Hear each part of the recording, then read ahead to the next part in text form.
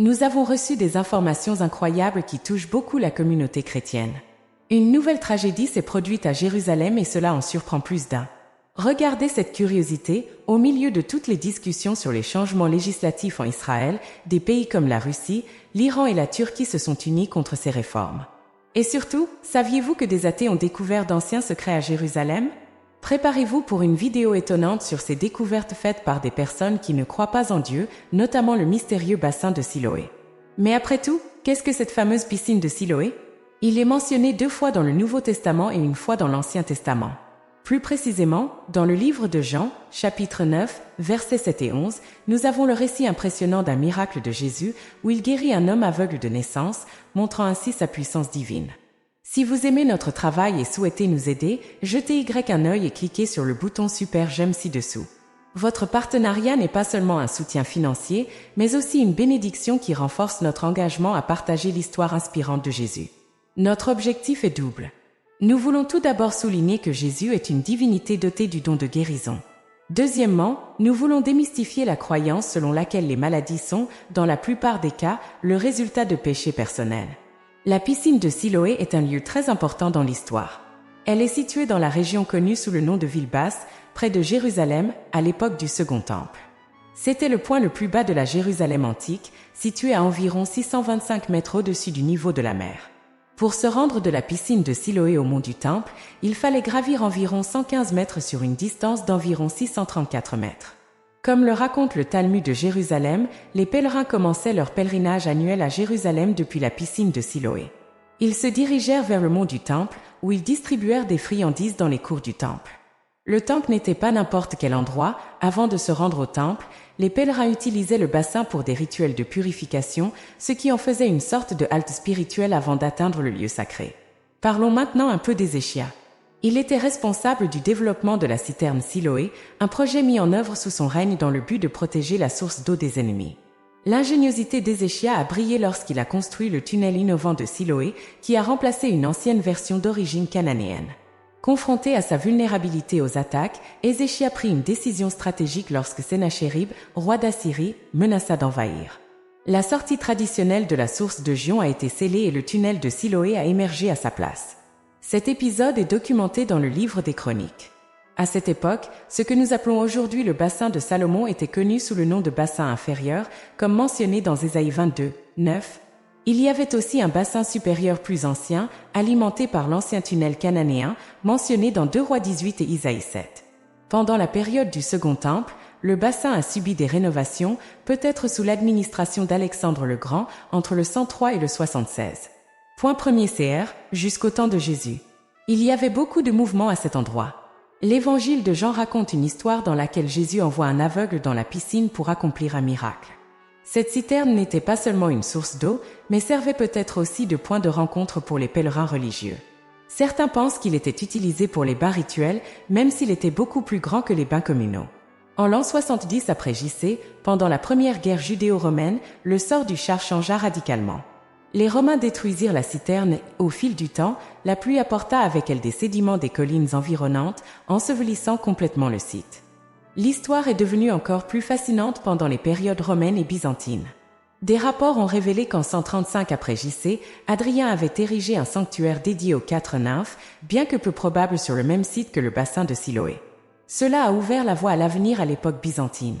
Sous la supervision de l'impératrice Alia Eudoxia, une nouvelle citerne fut construite près du tunnel d'Ézéchias. Cependant, ce bassin diffère du bassin de Siloé de l'époque du Second Temple. La véritable nature du site est restée un mystère pendant environ 2 millénaires, jusqu'à ce que de récentes découvertes apportent de nouvelles informations. Les fouilles de la piscine de Siloé, au cœur de l'ancienne Jérusalem de David, ont révélé que le site a longtemps été entouré de mystères. Aujourd'hui, les archéologues s'affairent à percer ces secrets, dans l'espoir de partager bientôt leur découverte de cet endroit avec le monde. Le lac Siloé, ingénieusement formé par le système d'eau de Jérusalem quelques 700 ans avant Jésus-Christ, fait l'objet d'intenses études archéologiques. Aujourd'hui, ce bassin, alimenté par la source vitale de Gion, est devenu une source d'eau essentielle pour la région. Ce système impressionnant comprend un réseau de tunnels souterrains. Imaginez cette histoire incroyable qui unit juifs et chrétiens dans un enthousiasme partagé. C'est la découverte d'un ancien réservoir qui a une énorme signification religieuse. Ce réservoir ne sert pas seulement à stocker de l'eau, il regorge de traditions religieuses. Tout commence au chapitre 9 de l'évangile de Jean, qui raconte une histoire vraiment étonnante sur la vie de Jésus. Nous arrivons maintenant où la princesse Eudoxie est devenue l'inspiratrice pour construire une église incroyable. Cette église est un monument qui nous rappelle les miracles racontés dans le Nouveau Testament. On dit qu'il a été construit près de la piscine de Siloé, un lieu très spécial pour les chrétiens. Mais regardez, l'emplacement exact de cette piscine où Jésus a fait des choses merveilleuses était un peu un mystère, jusqu'à ce qu'en juin 2004, alors qu'il réparait une conduite d'eau à Davie, certains archéologues découvraient quelque chose de surprenant. Ils trouvèrent 2 marches anciennes dans l'étang de Siloé, et alors qu'ils creusaient, ils eurent une vision d'un autre temps, un ancien lac où Jésus aurait pu marcher. Ce lieu, à la forme un peu étrange, s'apparente à un décor spectaculaire qui offre une vue incroyable sur la vallée. Plus qu'un lieu pour se désaltérer, c'était un refuge spirituel, un ancien sanctuaire où pulsait la vie au temps de Jésus. Les archéologues ont soigneusement mis au jour ce réservoir qui contenait encore de l'eau, démontrant à quel point il a un lien profond avec l'histoire. Et la religion. Aujourd'hui, il est situé dans le quartier arabe du Sichuan et a été utilisé pour les rituels juifs pendant environ 120 ans, jusqu'à ce que les Romains détruisent le temple juif en 70 après J.C. Les actes de Jésus, comme le miracle de l'aveugle, sont si étroitement liés à ces traditions juives. Incroyable, non? Savez-vous ce que dit la Bible? Qu'un aveugle effectuait quelque chose appelé un rituel de purification à la piscine de Siloé. C'était comme une étape importante pour entrer dans le temple sacré. Ainsi, certains archéologues ont fait beaucoup de fouilles et ont découvert des choses étonnantes sur le réservoir. Il est immense, environ 50 mètres, et possède un canal qui prend l'eau de la source Siluan. Ils trouvèrent également un vieux chemin en pierre qui allait de la citerne au temple juif. Les archéologues étaient très excités, pensant avoir effectivement trouvé le bassin de Siloé. Et regardez, c'est comme une énorme avancée dans la compréhension des lieux où Jésus a accompli des miracles. Maintenant, ils sont sûrs qu'il existe un chemin reliant la citerne au mont du Temple, ce qui est très sacré. Un érudit biblique nommé Stephen Pien a également exprimé ses pensées, affirmant que l'eau de la piscine de Siloé était considérée comme méga purifiante, si puissante qu'elle pouvait même guérir un lépreux. Imagine seulement. Il expliqua en outre que Jésus avait choisi ces eaux sacrées pour guérir l'aveugle. De plus, il a fait remarquer que le temple avait des règles qui excluaient les personnes handicapées. Mais Jésus, avec sa mission d'apporter la guérison au corps et à l'âme, enfreignait ces règles. Pour lui, cette découverte donne une nouvelle dimension à l'histoire de Jésus, montrant qu'il est très lié aux traditions juives. Les archéologues y ont trouvé d'autres choses incroyables, comme des pièces de monnaie anciennes, des morceaux de poterie et même un bouchon de bouteille en pierre. Ces découvertes prouvent que l'emplacement est bien relié à la célèbre piscine de Siloé, qui est décorée de pierres et d'escaliers de tous côtés. Vous pouvez également voir des parties de la structure, comme une grande terrasse et un aqueduc qui y amène l'eau, comme il est écrit dans le Nouveau Testament. Quelle histoire, non? Hyper excited! Vous savez, un jour, Jésus a fait quelque chose de très spécial.